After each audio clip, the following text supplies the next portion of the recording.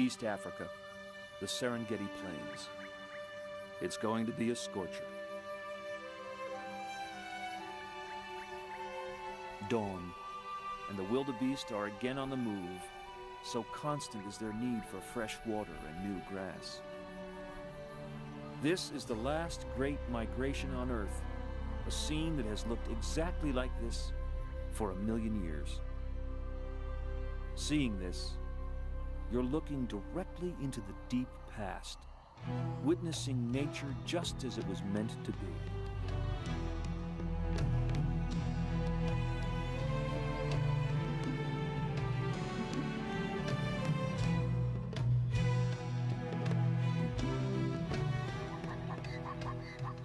Geology and time created the perfect place here, an Eden for animals and evolution. Here, nature worked out its system of checks and balances, a constitution that ensured diversity and robust good health. And sometimes, restful ease for everyone who's earned it.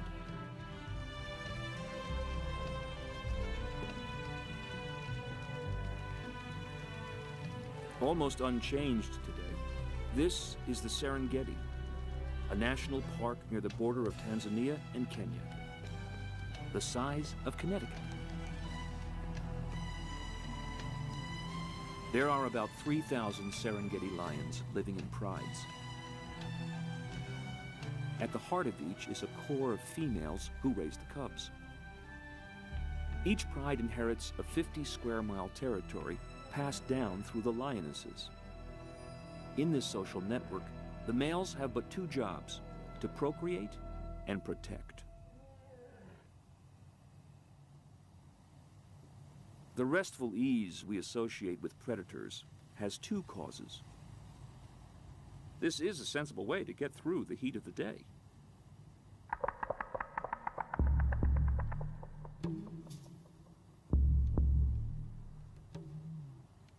Hunting is for the cool of the evening. Daylight is the time for walking the boundaries of the pride's territory, marking its margins and daring rogue outsiders to enter. This is what it means to be territorial. Each pride stays home and waits for the great wildebeest herd to come in range. This is their country. Out of the mists of the past, a prehistoric relic with an uncertain future. Still, the lion gives them a wide berth.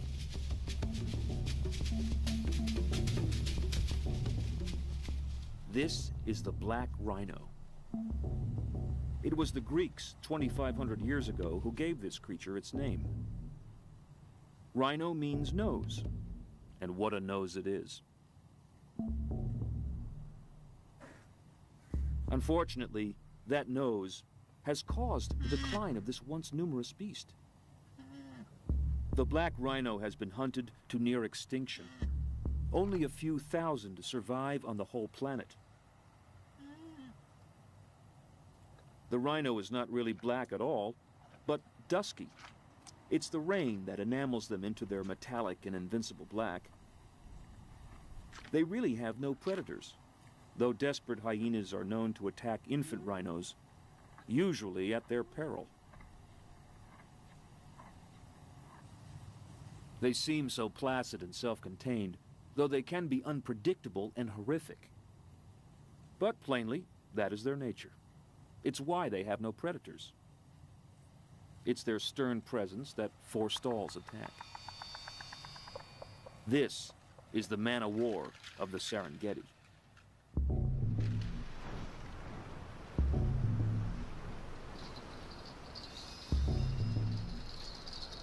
Lake Magadi.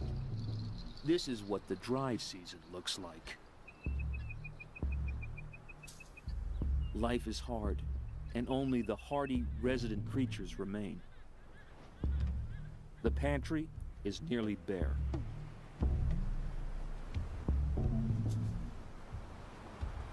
It's been a month since the last rain, and with daily temperatures over 100 degrees, water seems only a distant myth. But not for elephants, creatures who seem to thrive off their memories. They can find long-lost water, sometimes buried deep below the surface in waterlogged sand.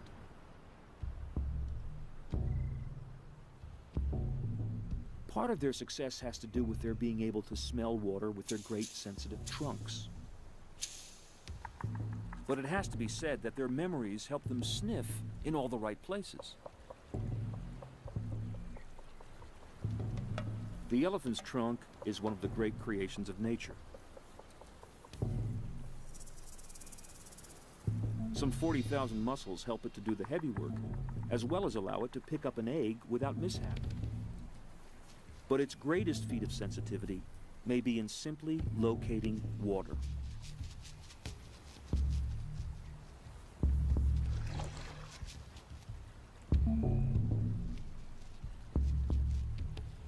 Elephants have a great thirst, 40 to 50 gallons a day.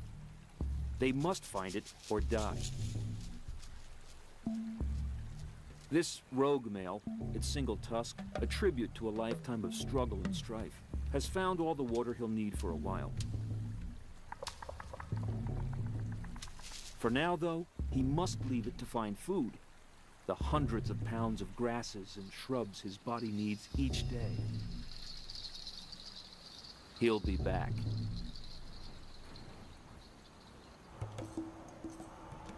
It's a parched world.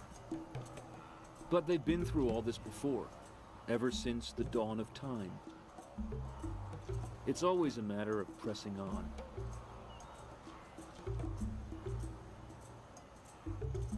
Hard times are not without some benefit. Hardship pressures the herd, prompting them to cope, to learn from this demanding season. Now, not all of them will survive, but those who do will constitute a more enduring and fitter species.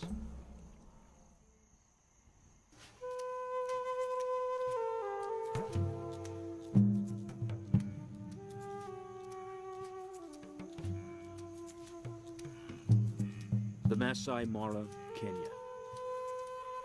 This may be the most demanding part of the 1,000-mile Great Migration.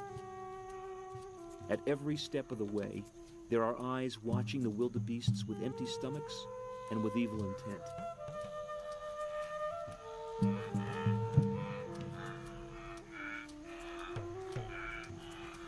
In a very real way, the herd itself is like one vast, fluid creature. These are animals made to prosper in a habitat without confinement, where the natural ebb and flow of migrating life provides all they will ever need.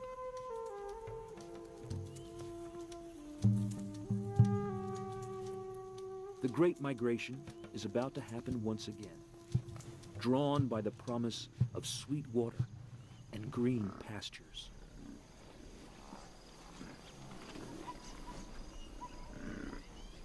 Zebra live in small family herds, one stallion and several females and their offspring. And they too travel with the wildebeest. There really is safety in numbers. Impala are the most graceful of the antelopes. Under attack, they bounce away in sharp, zigzag patterns with amazing hang time, confusing their predators. Buffalo don't need to be either clever or athletic. They're one-ton bruisers. Lions need their protein, but it can be a costly meal.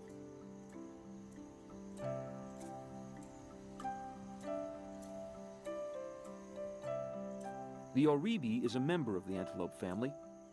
It's the animated eyes that gave these timid creatures their name. Again, the ancient Greeks said it best. Antel, bright, and optos, eyes. Antelopes, bright eyes.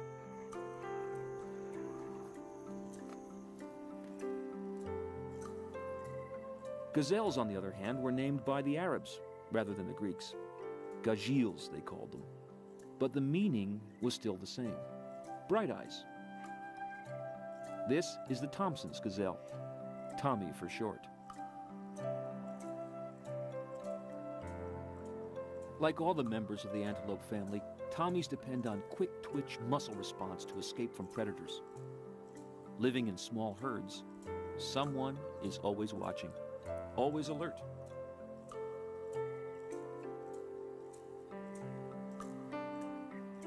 Grant's gazelle is a bit larger than the Tommy. Its distinctive white tail pattern is confusing to pursuers. They can't pick out individuals.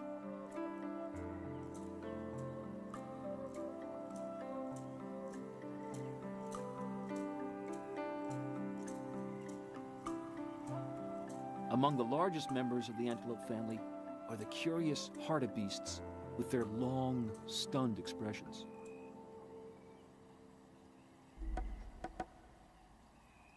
The massive eland, the biggest antelope with its 3-foot horns. Despite its size, when startled, it can jump over 6 feet in the air.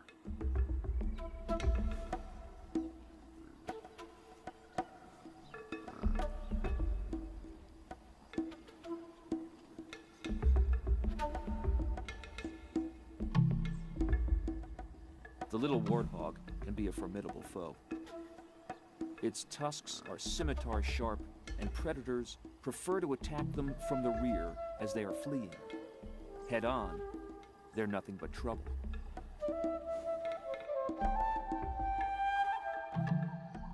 A Tommy up a tree, brought here by the leopard that caught and killed it. The rule in the Serengeti is that lesser predators have to hide their winnings from the opportunistic lions, who would rather steal than hunt.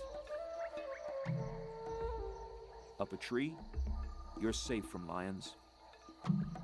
Usually.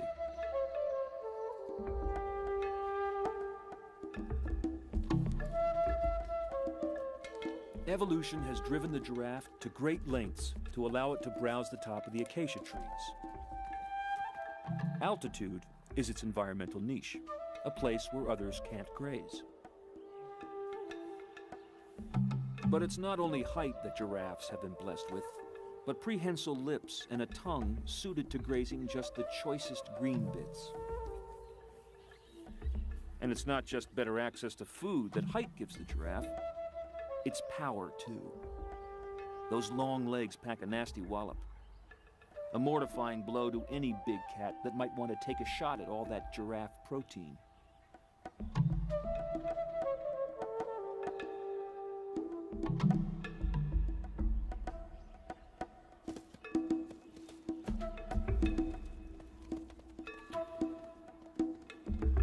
Play is the heart and soul of learning for all animal young, including humans.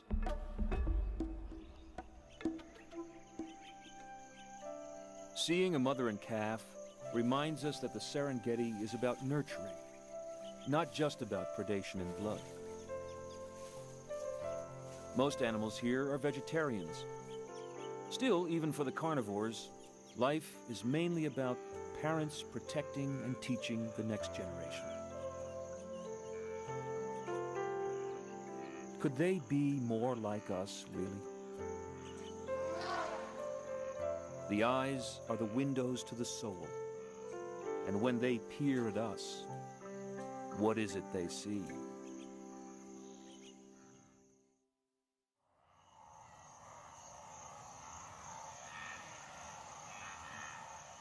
It's a tribute to conservation in Africa that we can still witness this spectacle. 2 million wildebeest moving as one.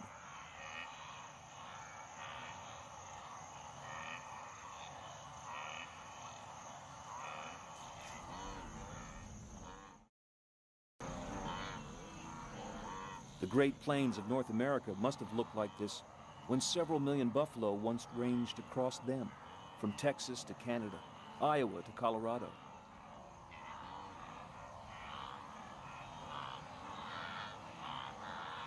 Those great herds, just like this, were a movable feast, plowing up and invigorating the earth with their hooves, fertilizing as they moved along, stirring up flights of insects for the birds.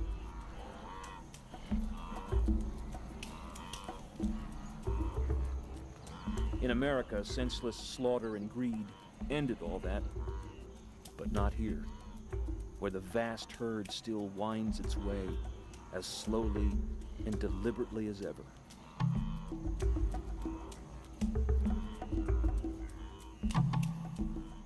This is the Super Bowl of animal travel, the last great migration.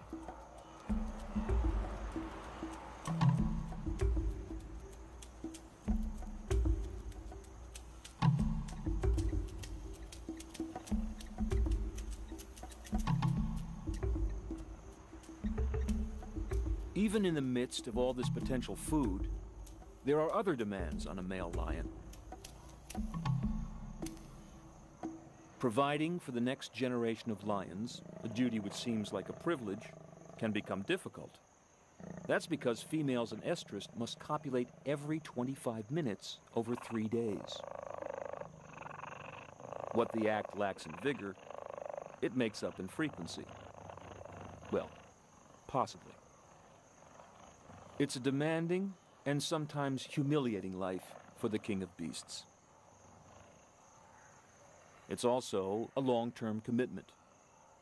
For every cub born, the father's presence will be required for 2 years until his offspring can survive on their own. Even so, 80% of cubs don't make it through their first year. Meanwhile, the herd awaits the next attack. But there's little to fear from this pair today.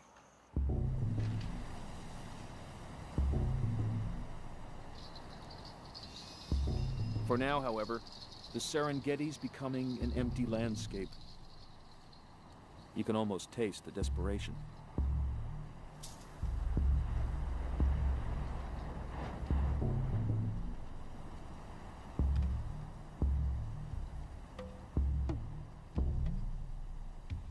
Predators, like lions, have fairly helpless and immobile young, which prevents them migrating to follow the feast. The survival odds are so slim for any of these cubs. Every day is a test of wills. Who will eat and who will not? Starvation, a lack of meat, is the foremost killer of the young. So that what appears romantically as an Eden before the fall is no peaceable kingdom at all. Which is why lions live communally. Living in groups and raising all the young together is an efficient way of ensuring the future. It also allows cooperative hunting, driving the herd into the waiting jaws of other pride females.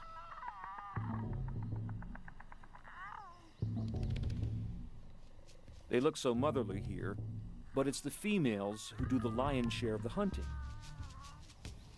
From tender grooming to horrific violence in the blink of an eye. The wildebeest have not had a deep drink for days. Even now, the edges of the herd are being dogged by predators. The young and the old and the weak are especially vulnerable at this stage.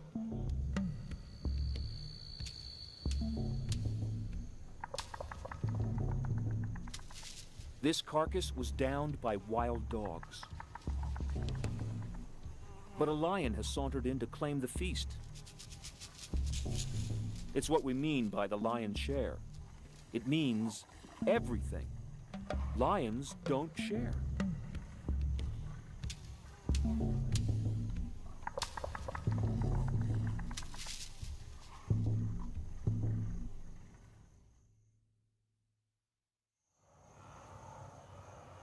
It all looks so gritty and doomed.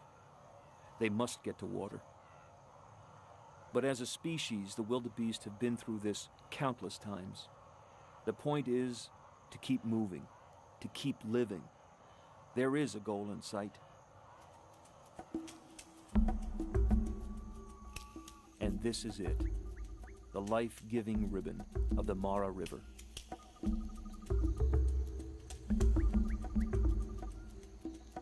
The Serengeti is a Maasai word that simply means the wide place. But fortunately, it's a wide place that's split by the waters of the Mara. It always flows with a bounty of cool water, making its confident way toward Lake Victoria.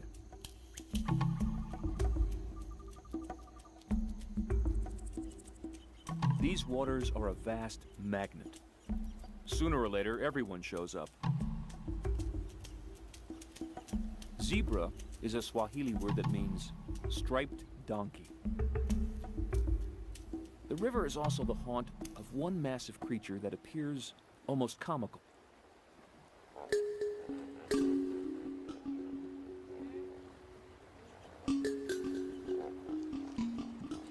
It's the huge 3-ton hippo with thick skin, cruel teeth and jaws, and the curious ability to urinate backwards.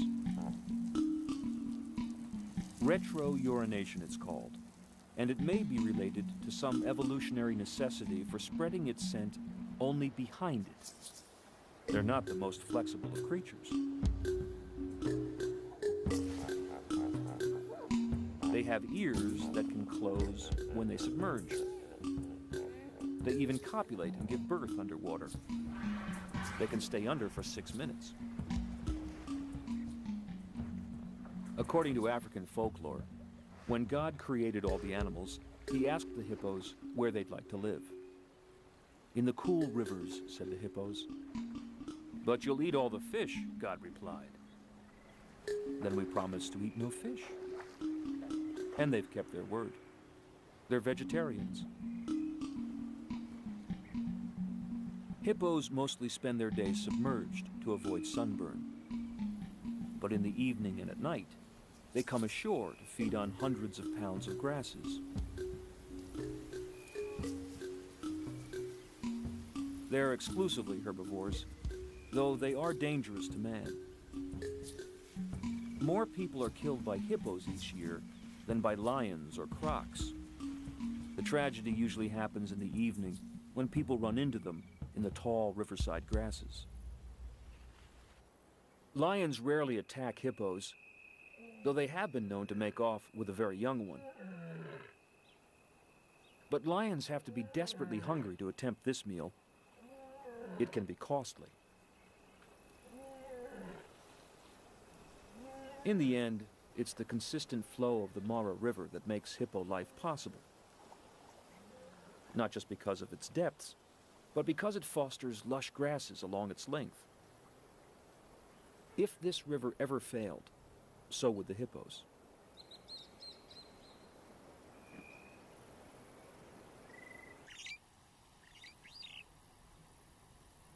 The region is dotted with forested areas, woods that are associated with the availability of water.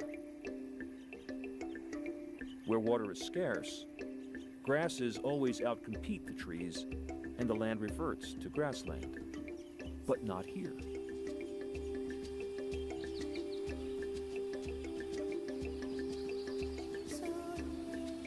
Water also creates vast wallows for the water buffalo. With water and plentiful grass, a buffalo can graze unconcerned. It fears nothing.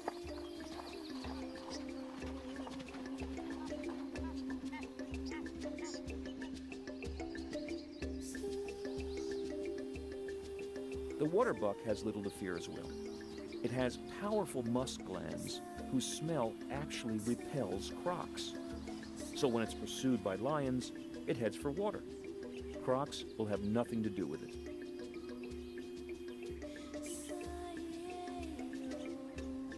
The forests were designed with monkeys in mind. Baboons live in troops to raise and teach their young, to cooperate in finding food, and to defend themselves. With their sharp teeth, they've been known to take infant leopards or cheetahs. Seeing these savanna monkeys, it's hard not to imagine our ancestors developing from the wide range of monkey life here.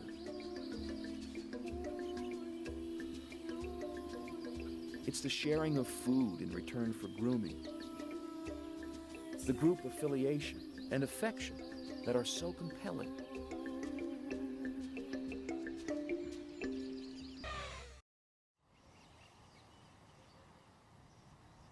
It's the water seeps that are so attractive. They promise refreshing drinks and perpetually green shoots. They also promise predators. For where there is water, there is meat. The trouble is, we too often concentrate on the stellar creatures, the lions and elephants, and neglect the lesser ones. The saddle-billed stork, the white pelican, the ibis, whose curved bill the Egyptians considered God's pen. A guinea fowl is not much of a meal. Still, it is known for uttering a harsh warning cry when a hungry cat is about. The Kori bustard will often stroll with the great beasts, scarfing up insects disturbed in their wake. It's a similar strategy to that used by the crowned crane.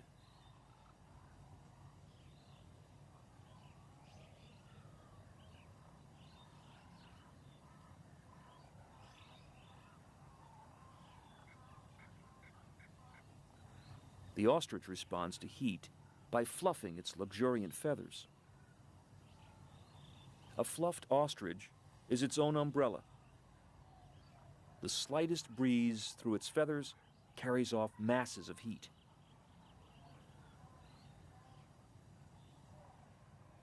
Circling vultures are a signal throughout the Serengeti. It means a meal is just below. In this case, it's a pack of jackals on a wildebeest. They're constantly on guard for approaching scavengers.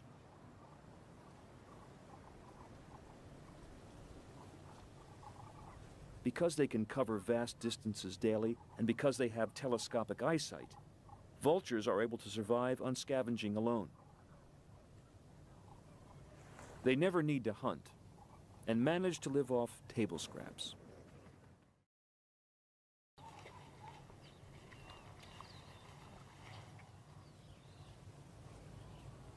They're also fearless and casually land within a few feet of predators who could easily tear them to pieces. Fortunately, they're too busy eating.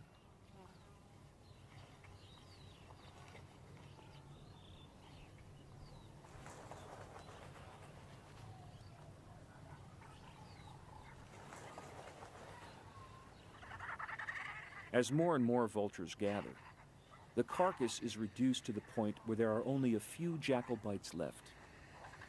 This is what the surgical implement of the vulture's ripping beak was designed for.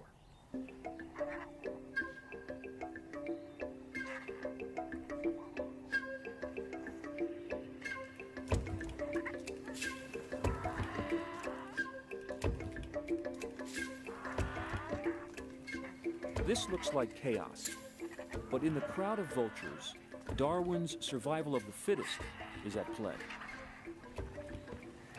Those without the stamina or the bravado to get a bite or two don't deserve to survive and reproduce.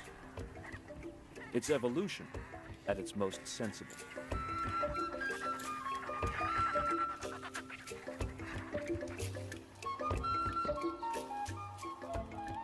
It's September, and time for the great herd to turn south again in search of green grass, recrossing the Great Mara River in force. But the river's deceptive and hides many dangers.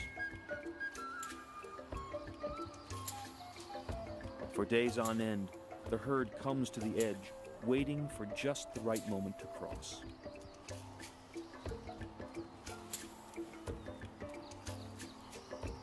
Plainly, the time is not right. There are too many jaws waiting. In fact, it's not so much a crossing as a sacrifice. Here, the great herd will do for the massive crocs what it has always done for the lions of the Serengeti.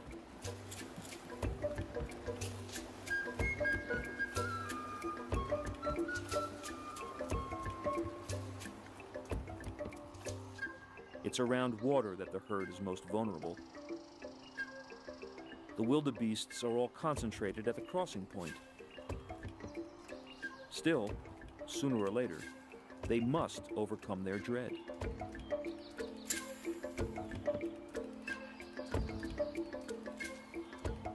For now, the herd seems settled on another tack. They'll cross much farther downstream at a point they feel more comfortable with. They've seen it all before. They know what to do. This is animal intelligence.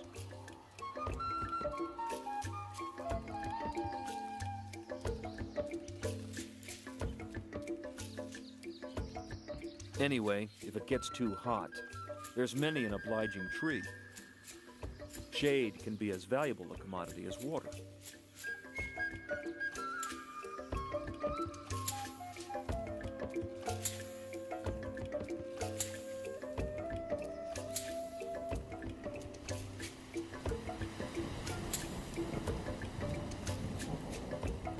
The blessing of water will transform the land and hasten the herds on their way. It's a reminder of the green shoots that await them in the south.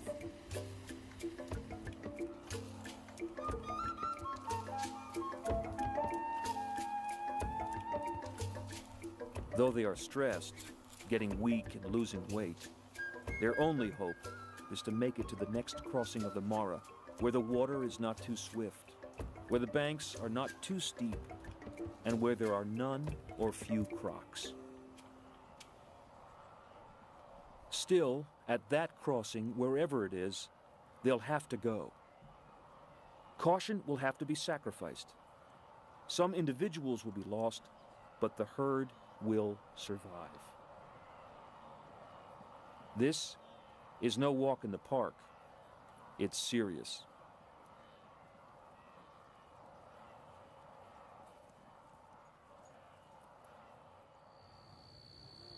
It's all one vast organism, the herd, predators, and the land. They all score off and depend on one another. It's a constant miracle how it all works out. And this is the scene of tomorrow's miracle, a baptism of fire.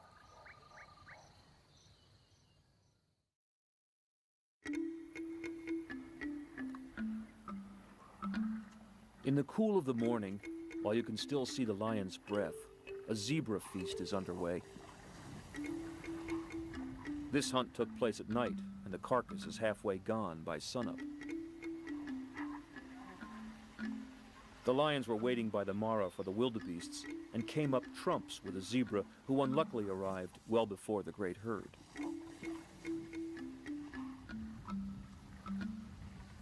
Lionesses almost certainly caught this meal, but a pride male has appropriated it to himself.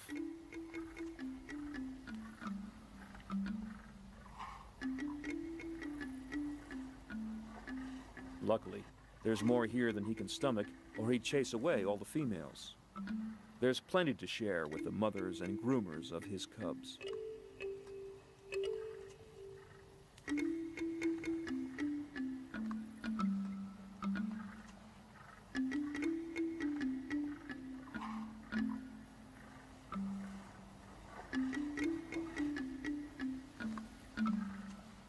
But no one else is getting in on the windfall, least of all a black jackal.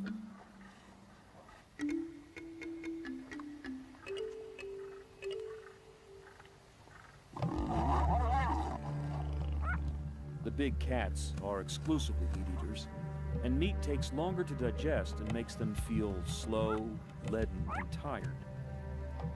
From the point of view of the herd, however, it's fortunate. A full lion will not be inclined to hunt for days.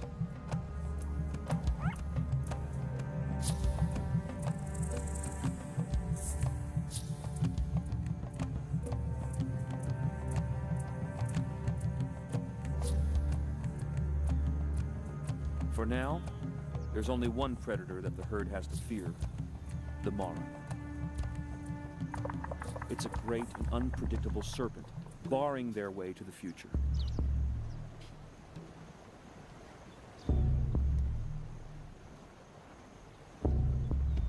Today's watery passage is something to contemplate and consider very carefully. It's completely unnatural for the wildebeest to swim it. It's a killer. But somehow they know it's a passage they must make.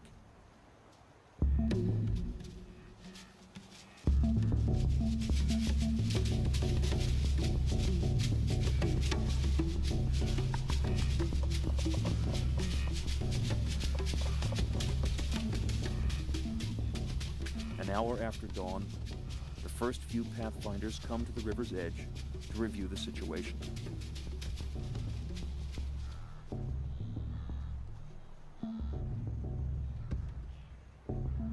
You can almost feel a groundswell of anticipation and eagerness to get the ordeal over with.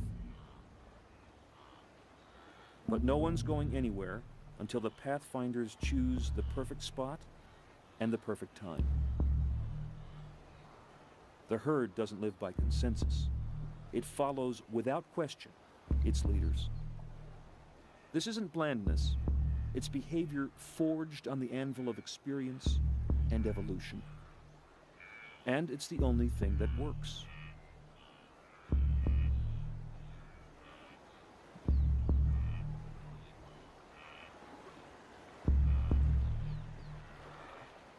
Finally, at 8:30 sharp, a pathfinder takes the plunge. There's no telling what currents or crocks await his bold move.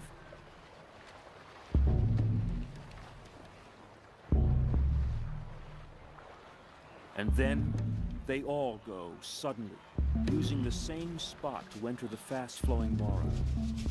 There's so much pent-up demand to get to the other side.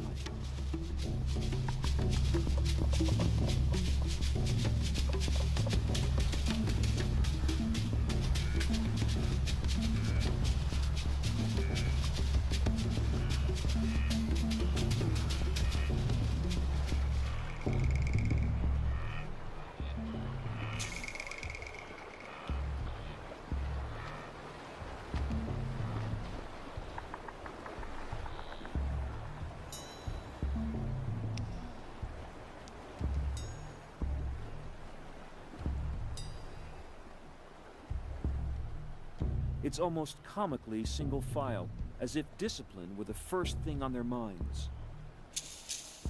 But what is really happening here is fear. It's as if the river is a great predator, and their bodies and brains are reacting the same way that they must do when they're being singled out by the lions. They're running for their lives.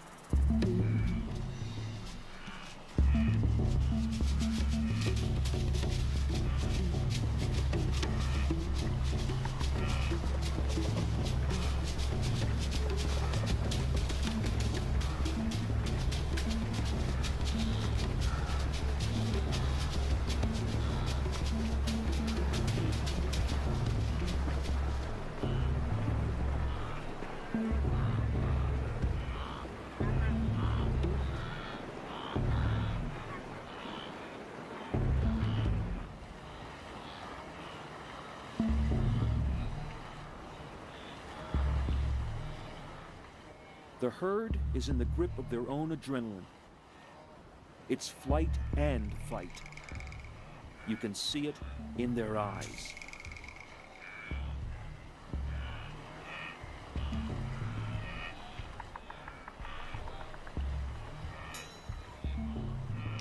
Much more of this and their hearts would explode.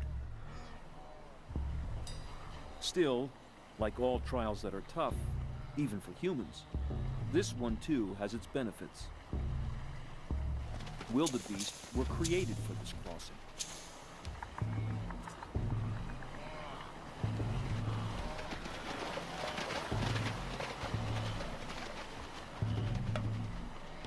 They're powerful swimmers, but the current is strong. The exertion and the stress exhausts and drowns some. Others, particularly the young and inexperienced, get confused by the noise and violence of the crossing. The old ones, too, are at risk. You can only survive this so many times. Actually, it's not so much getting into the water that's the problem. It's getting out where everything begins to go pear-shaped. The single column of beasts has grown to several across, all trying desperately to get up the slick bank. Their hooves and horns are as dangerous to their own kind as the teeth of the lions and crocs are. At this stage, all discipline is lost. The young and the restless hurl themselves headlong into the foam. Suddenly, their body chemistry has turned these docile and placid creatures into animal athletes capable of jumping 20 feet.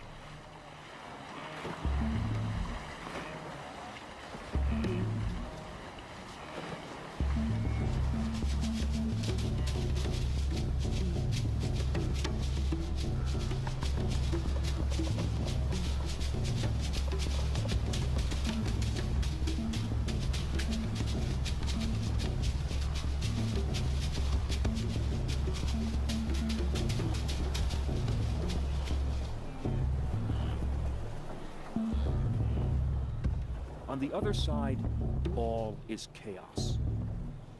The fiercest of injuries can occur at this point, injuries that the lions are only too willing to take advantage of.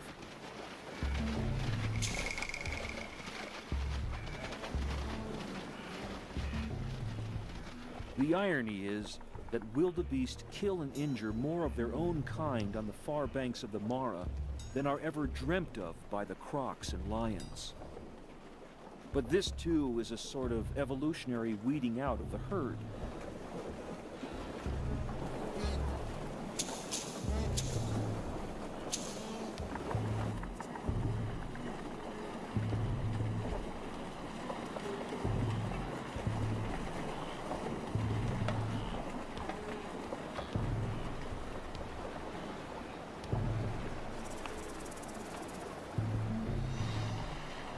It's every creature for himself, never mind the herd, as they fight the downstream pull of the water and the deadly kicks of their relatives and siblings.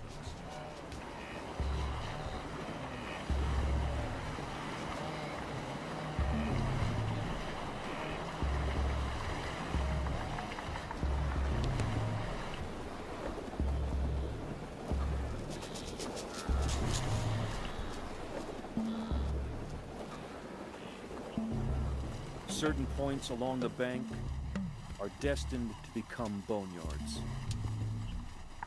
No one is escaping from here unless he or she tramples on the body of someone else.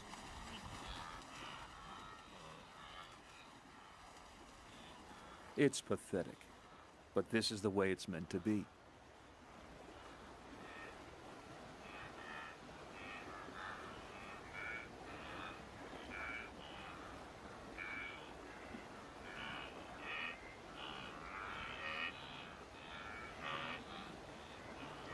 Sometimes a disoriented calf will return to the wrong bank, looking for its mother.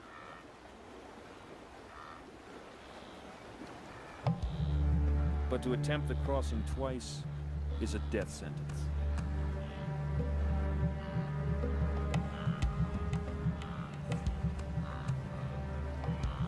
Mothers have been known to do the same, seeking their calves. It usually ends up very bad.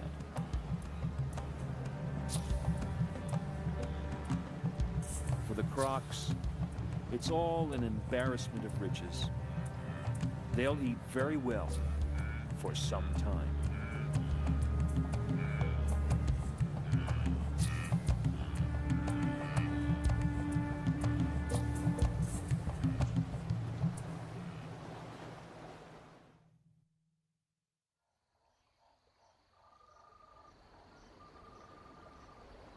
A solitary marabou stork supervises a pileup of wildebeest carcasses. This eddy in the river will be a fine source of protein for a great many creatures for days to come. Crocs from far downriver have followed the scent of death in the stream flow. Now is their time of plenty.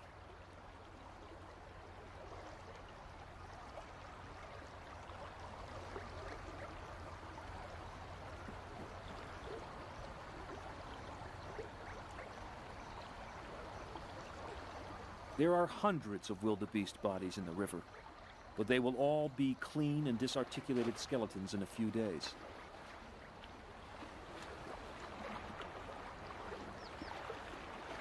Sometimes we find vast collections of dinosaur bones in similar conglomerations like this, and we wonder how they came to be. This is how. Come to the banks of the Mara, and you can see a recreation of life in the deep past. This is the way of life, not death. To everything, there is a season.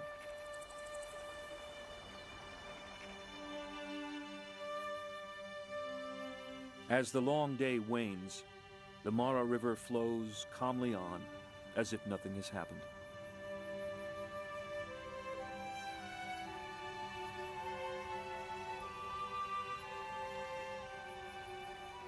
The river crossing, like the Great Migration itself, is merely a natural process, one that creates even as it kills. It is, in fact, the engine of everyone's survival.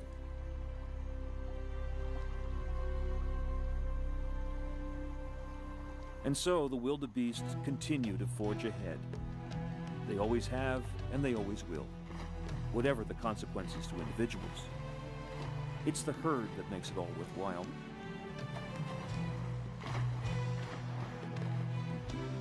If some of them don't make it, then this too is nature. This too is the Serengeti. Amidst its demands, its brutality, even its neglect, there is a clear central drive here. A drive to make it all work out somehow.